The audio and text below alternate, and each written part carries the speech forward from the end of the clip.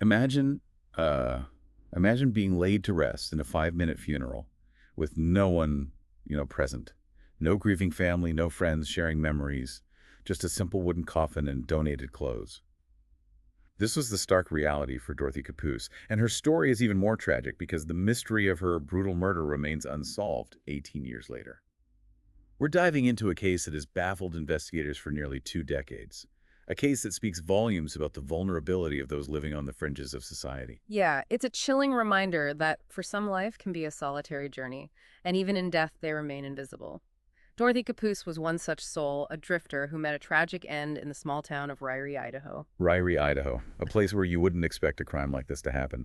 But on August 21st, 2004, the peace of this quiet town was shattered. This is where Dorothy's story takes a dark turn. It was a seemingly ordinary morning when Ruby Dugan, who had been letting Dorothy stay with her, returned to the mobile home they were sharing. What she found inside was a scene of unimaginable horror. It's hard to even fathom walking into that. The trailer was in complete disarray, lights blazing, belongings scattered everywhere. And there was Dorothy lying in a pool of blood, barely clinging to life. The brutality of the attack was evident. Dorothy had suffered severe head trauma. Her skull crushed, a bloody belt buckle tangled in her hair. It was clear that whoever did this had unleashed a fury of violence upon her. It makes you wonder what could possibly drive someone to such extremes. The crime scene itself was chaotic, adding to the difficulty for investigators. There were signs of a struggle in multiple locations within the trailer, suggesting that Dorothy may have fought back against her attacker. But the murder weapon itself remained elusive. Later, investigators determined that a corner of a desk found covered in blood was likely used to inflict those fatal blows. The sheer force required to cause that kind of damage is just chilling. And to complicate matters further, several items were missing from the trailer. Dorothy's leather satchel, a metal detector, a 9mm pistol, even a TV VCR combo. Initially, this pointed towards a possible robbery gone wrong. However, the lack of forced entry suggested a disturbing possibility. Dorothy might have known her attacker. This wasn't just a random act of violence. There seemed to be a more sinister element at play. It's a terrifying thought to think that someone you might trust could betray you in such a horrific way. And this is where the investigation really starts to get complicated. Yeah. Identifying Dorothy's attacker proved to be a daunting task. Dorothy Capoose was in many ways an enigma. Born in Chicago, she had lived a transient life drifting from place to place, with her last known address being in California. It took days for police to even confirm her full name and begin to piece together the fragments of her life. It's almost as if she lived beneath the radar, leaving very few traces for anyone to follow. The police found no evidence of a marriage, and her daughter, from whom she had been separated years earlier due to a custody battle, seemed to have vanished without a trace. Tragically, Dorothy died the same way she had lived alone. She never regained consciousness after the attack and passed away in the hospital 5 days later. Her funeral was a brief, unattended affair with only donated clothing and a simple wooden coffin. It's a heartbreaking image that reflects the isolation she faced in life and, sadly, in death. It really makes you think about the invisible struggles so many people endure. Thankfully, a group of local high school students touched by Dorothy's story organized a proper memorial service for her, a few weeks later, raising money for a headstone. At least in death, she wasn't entirely forgotten. It's a testament to the power of human compassion that even in a case as bleak as this, there were those who sought to offer a gesture of dignity and remembrance. So with so little to go on, where did the investigation turn next? Naturally, they had to look at the people closest to Dorothy at the time. Ruby Dugan, the woman who found Dorothy, was an obvious starting point. She had an alibi, but it was a bit unusual. A 3-hour coffee date with friends at a truck stop in the middle of the night. It does raise an eyebrow, especially considering it was Ruby's birthday. Perhaps she simply wanted to celebrate with friends a little longer. Ultimately, her alibi was corroborated by neighbor accounts who placed her car away from the trailer during the crucial time frame. Moreover, she had no apparent motive to harm Dorothy. They had only met a couple of days before. So Ruby was cleared. The next person they looked into was the mobile homeowner, who was also Ruby's sister's boyfriend. He was out of state at the time with a solid alibi confirmed by cell phone records, and again, no clear motive to harm Dorothy. But then things take a turn. The investigation uncovered that just days before the attack, Dorothy had been in a physical altercation with a man named Charles Turner.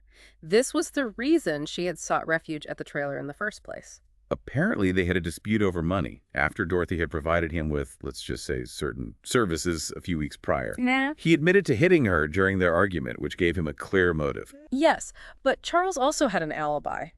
He claimed to have been at a bar with friends, even gotten a tattoo before returning to his lodging at a truck stop about 12 miles from Ryrie. For whatever reason, the police seemed to accept his story without further investigation. They seemed to be hoping that other leads would pan out, but those quickly led to more dead ends. There were a few tips from neighbors' descriptions of cars, seeing a man taking out the trash, but none of it really amounted to anything concrete. It highlights the inherent challenges of eyewitness testimony, especially in a case like this where time has passed, memories have faded, and it's difficult to separate genuine observations from speculation. Right. But then a new development emerged that seemed promising. They discovered Dorothy had a boyfriend, a long-haul trucker named James Peters, who had brought her to the area. However, he also had another girlfriend, Kathy, who he lived with. And wouldn't you know it, James also had an alibi. He claimed to have been in bed asleep at the time of the murder, and his girlfriend Kathy corroborated his story. However, about a month later, Kathy contacted the police with some intriguing new information. She was having second thoughts about James's alibi. This is where things get really interesting. Kathy told police she was a sound sleeper and that James could have easily slipped out of bed without her knowing. Her suspicions were further fueled by some odd behavior she had observed. James had been digging holes in their yard, claiming it was just yard work. Naturally, this raised a red flag for investigators. Was he burying evidence? They went to their house and meticulously searched the yard, even using a metal detector, hoping to find some of the stolen items. Unfortunately, the search turned up empty, another frustrating dead end. But the detectives remained suspicious of James, especially after he refused to provide fingerprints or DNA.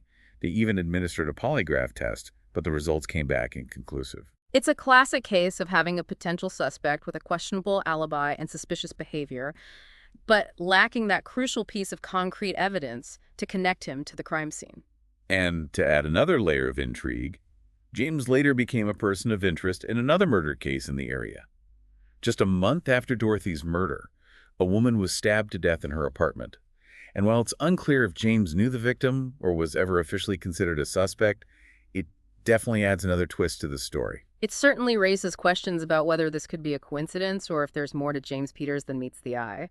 But with no solid evidence, it remained just another unanswered question in a case filled with them. It seemed like Dorothy's case might fade into obscurity, just another unsolved crime in a small town. But then a glimmer of hope emerged from a completely unexpected source: the crime lab. It's amazing how sometimes the wheels of justice turn slowly, but they do turn. What did they find? Over a year after the murder, the results from the blood samples collected at the scene finally came back. While they weren't as conclusive as investigators had hoped, they did reveal a crucial piece of the puzzle. Okay, I'm on the edge of my seat. What did they discover? The lab analysis confirmed that the blood found on a floppy disk container belonged to a male, and it wasn't Dorothy's or the homeowner's.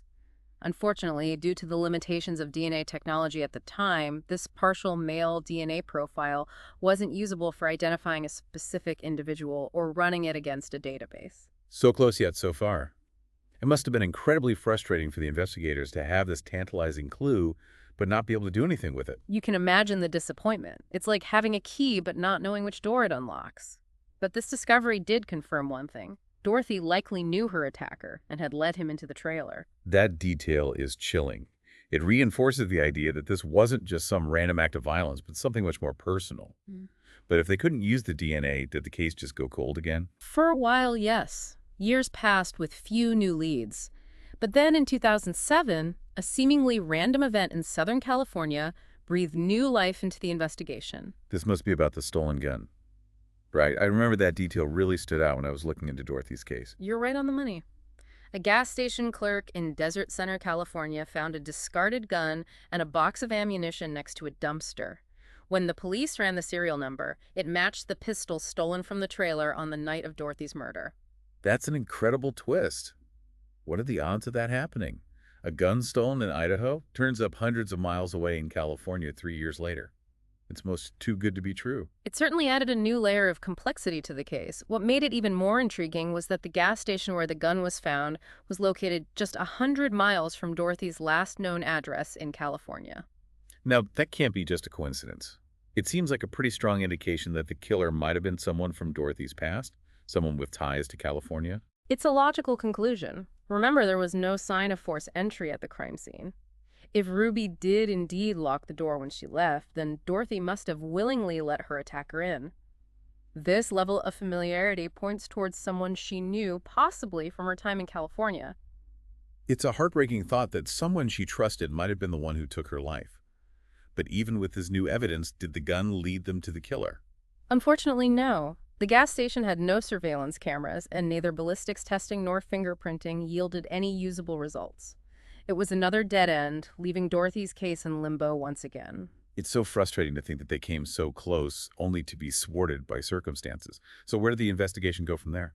Despite numerous appeals to the public for information, the trail went cold. Detective Southwick, who remains assigned to the case to this day, has explored various theories over the years, but without new evidence, it's been impossible to pinpoint a definitive motive or a clear suspect. What are some of the theories he's considered? I know you mentioned earlier that Dorothy's lifestyle raised some questions. One possibility Detective Southwick explored was that Dorothy might have been involved in some kind of illegal activity, perhaps acting as a drug mule.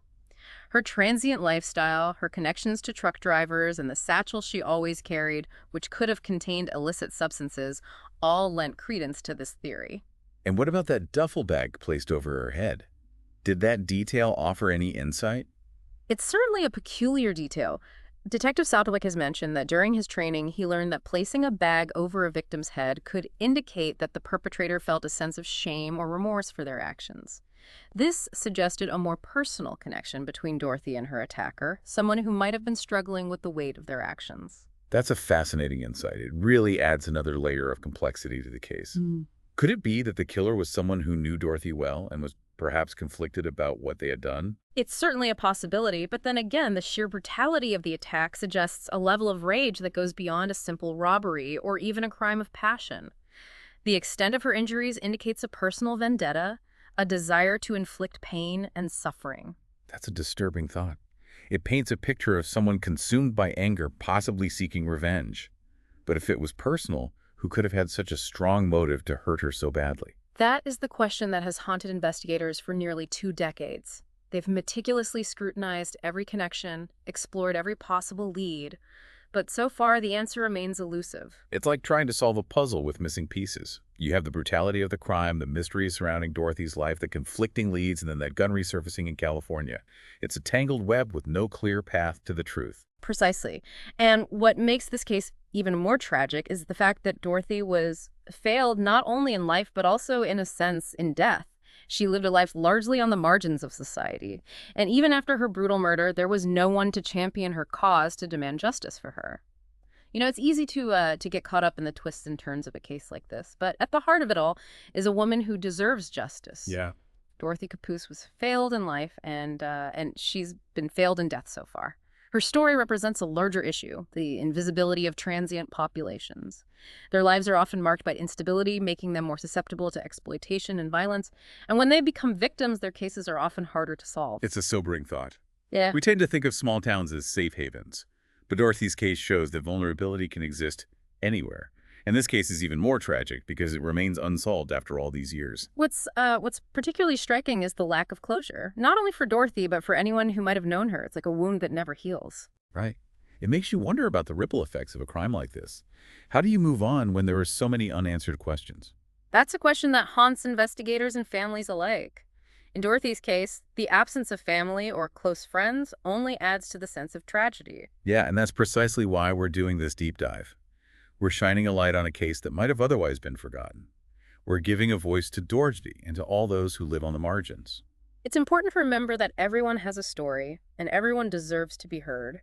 Even if their life was transient, even if they didn't have a traditional support system, their lives mattered. Absolutely. Dorothy Capoose's story is a reminder that we can't turn away from the difficult or the uncomfortable. We have a responsibility to acknowledge the vulnerability that exists in our society and to do what we can to create a more just and compassionate world. Well said. It's about recognizing the humanity in everyone regardless of their circumstances. It's about extending a hand to those who might be struggling and making sure that no one falls through the cracks. I think that's a powerful message for our listeners to take away. We can all play a part in creating a safer, more inclusive society. It starts with awareness, with empathy, and with a willingness to reach out to those who need it most. We often think of justice as something that happens in a courtroom, but true justice encompasses so much more. It's about creating a society where everyone feels valued, where everyone has a chance to thrive. Thank you for sharing your insights on this case. It's been a sobering but important conversation. And to our listeners, we urge you to keep Dorothy's story in your hearts.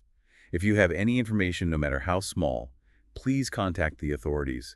You can find their contact information on our website, along with photos of Dorothy and the trailer where the crime took place. And if you're moved by this story, consider reaching out to someone in your own community who might be struggling with loneliness or isolation. A simple act of kindness can have a profound impact. That's a great reminder. We hope this deep dive has not only shed light on Dorothy's case, but also inspired you to be more aware, more compassionate, more engaged in your own communities. Thank you for joining us.